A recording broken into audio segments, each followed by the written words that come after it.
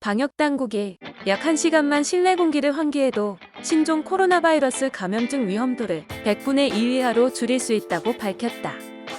다만 여타 호흡기 바이러스와 달리 코로나19는 여름이 와도 재유행할 수 있어 여전히 주의해야 한다는 분석도 나왔다. 권준옥 질병관리본부 중앙방역대책본부 부본부장은 21일 오후 열린 방대본 정례 브리핑에서 창문을 1시간 열어놓게 되면 전체 공기가 6번 정도 완전히 교체된다며 5번만 전체 공기가 다 환기될 경우 바이러스 양이 100분의 2 이하로 줄어들게 된다고 말했다.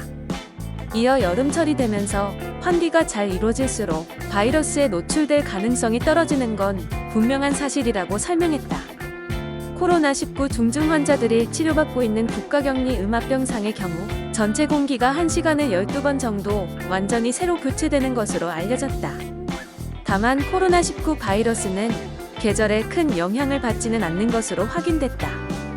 권 부본부장은 보통의 호흡기 바이러스는 여름철 기온이 올라가면서 유행이 수그러드는데 코로나19의 경우 남반구에서 사실상 겨울로 가는 추세임에도 유행이 올라가는 추세라고 분석했다.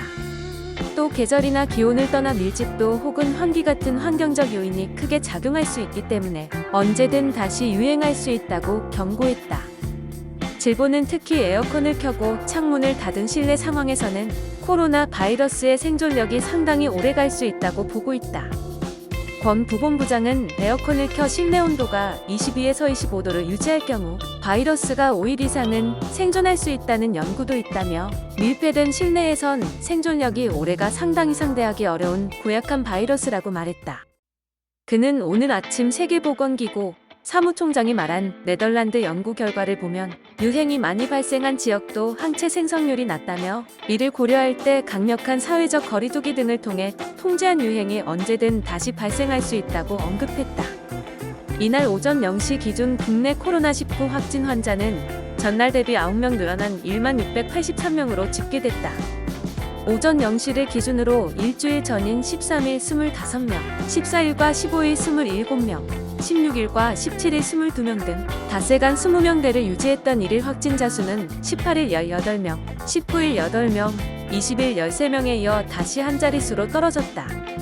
한편 중앙재난안전대책본부는 23일에는 국내 신종 코로나 바이러스 감염증 신규 확진 환자가 8명으로 줄어 엿새째 20명 이하를 유지하고 있다고 밝혔다. 중앙재난안전대책본부 박능우 차장은 신규 확진자가 감소 추세에 있으나 불법 체류자, 노숙인 등 여전히 우리가 발견하기 어려운 방역 사각지대가 존재하고 있다며 코로나19의 특성상 조그마한 사각지대만으로도 대규모 확산이 발생할 수 있어 중대본과 방대본에서는 방역 사각지대를 관리할 수 있는 체계를 마련하고자 한다고 말했다.